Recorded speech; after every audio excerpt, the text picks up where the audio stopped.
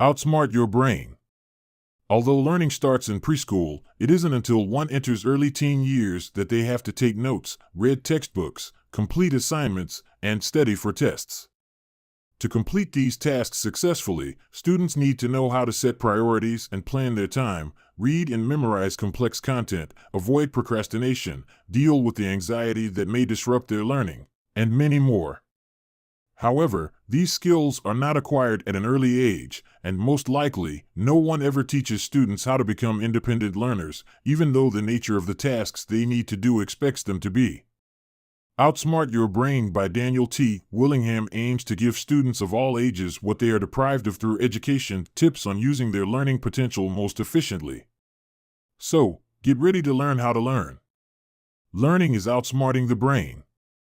Learning is a complex process, and its success does not only depend on your memorization strategies, but also on how you understand lectures and book chapters, take notes, cope with exam stress, and so on. Also, much is counterintuitive about learning. For instance, the wish to learn something does not impact learning as much as you would expect. You often remember things you didn't try to, right? You probably know who was the lead in the Forrest Gump movie or whether Prince Harry is married, only because you were exposed to these facts, and not because you made an effort to memorize them. Another weird thing about learning is that repetition may be helpful, but it does not guarantee that you will learn something. Here is a simple test. Do you know what's written across the top of a dollar bill? There's an eagle on the back of the bill. What appears over its head? You probably do not know despite seeing a dollar bill hundreds of times. If you want to learn something successfully, be aware that the bigger challenge will bring more benefits in the long run. Let's say you want to increase the number of push-ups you can do. You could practice push-ups, but it would be even better if you did the difficult ones where you launch yourself on the floor and clap. At first, this may seem counterproductive since you cannot do many of them. However, it will increase your strength after some time since the challenge is greater. If you practice push-ups on your knees, it will feel like things are going great because you can do many of them quickly, but it's certainly less beneficial. When you're trying to learn, your brain tells you to do the mental equivalent of push-ups on your knees, Willingham writes. In other words, your brain encourages you to do things that feel easy and appear as they lead to success. For this reason, becoming successful at learning means outsmarting your brain and doing the mental exercise that feels harder but ultimately brings more benefits. How to understand a lecture. Problems in learning often arise due to students' inability to understand the lecture. You may ask now why the lack of understanding might be an issue. If you misunderstand something, you asked a question. Well, things are not that simple. What if you don't realize that you failed to understand something? When people talk, they present ideas linearly, one after another. However, lectures are organized differently hierarchically, and instructors want the students to connect some ideas even when they are not next to each other like in a speech. If they miss the connection, they will miss the layer of meaning and, therefore, fail to get the overriding theme of the lecture. Say you are attending a lecture on cooking meat in a food science class, and the three main topics are cooking meat kills bacteria, impacts flavor, and makes the meat more tender. The lecturer won't talk about these topics one after another. Moreover, they won't necessarily highlight that killing bacteria, improving the flavor and tenderness are the main reasons why people cook meat, which is a key point of the lecture. So, what can you do to ensure you get not only facts but deeper meaning in a lecture? First, aim at getting the top-level question or the overall theme. Written documents you get before the lecture, such as the syllabus and handouts, may help you do this. If they don't have any notes from the lecturer, carefully listen to their introduction. It usually includes a few sentences on the overall theme. Next, try to understand how what is said relates to it. Let's say the topic is why do people cook meat, and you hear the idea about tenderness. Your task would be to think how these two correlate. Should you fail to see the connection, ask for clarification without hesitation. If you don't like to ask questions, Willingham advises you not to regard that as an unchangeable part of your personality, but as a skill like any other and one you need to work to improve. Taking good notes. According to research, listeners capture only between 25% to 50% of points the lecturer thinks are worth writing down, and this figure doesn't change much from middle school through college. These numbers are not surprising. Taking good notes is challenging since it encompasses a series of complex tasks: understanding what the instructors say, evaluating the importance of ideas, paraphrasing, and writing them down almost as quickly as the words are spoken. As Willingham says, taking notes while listening is sort of like playing chess, watching a mystery movie, and cooking a stir-fry all at once. When you take notes, your brain, desperate to keep up with the speaker, will devote more and more attention to writing quickly at the expense of trying to understand the meaning of the lecture. To outsmart it, be strategic about balancing your attention to writing and your attention to understanding. That is, depending on the contents of the lecture and your learning goals, decide how much you should spend on understanding versus note-taking. In case you need to get a lot of exact information, such as details on how to perform the experiment in a physics lab section, don't waste time on understanding the content, but on writing down as much as possible.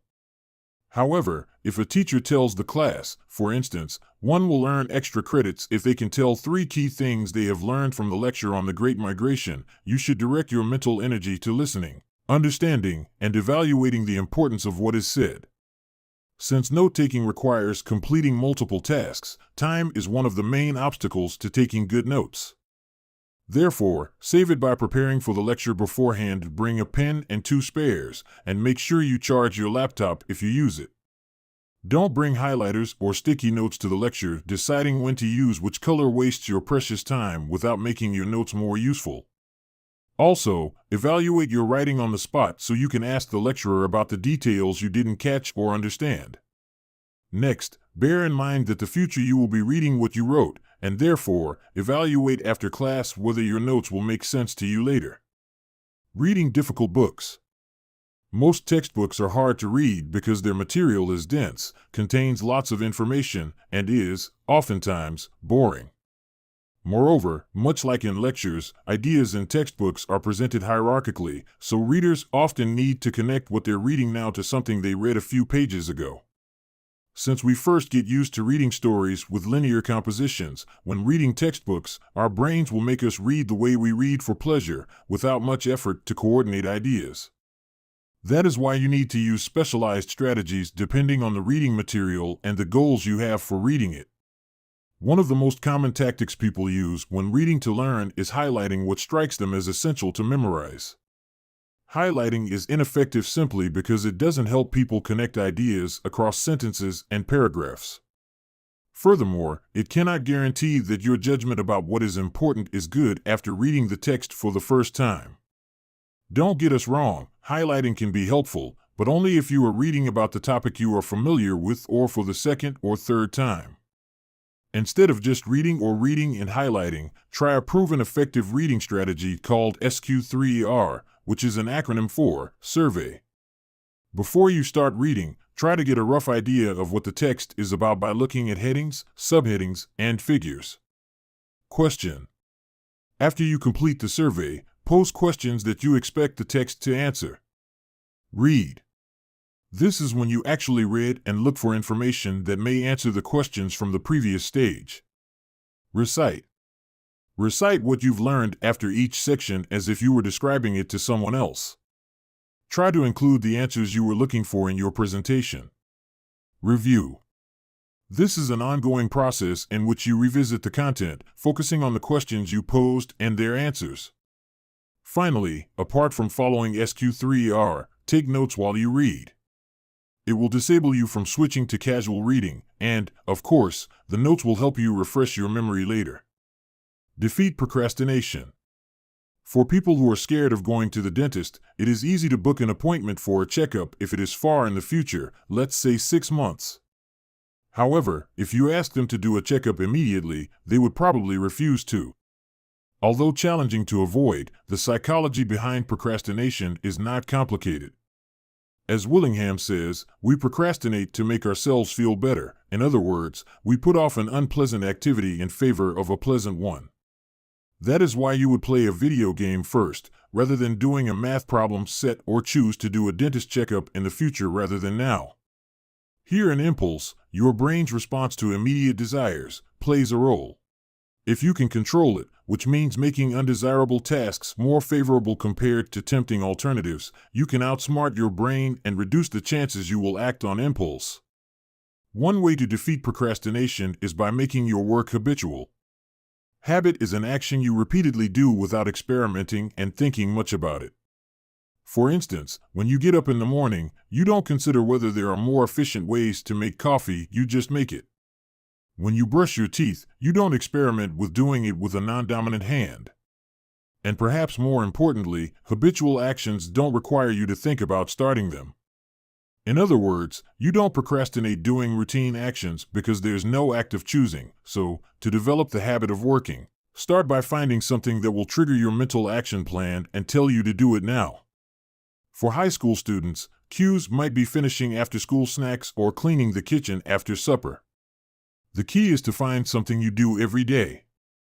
Next, break overwhelming tasks into smaller, achievable ones, because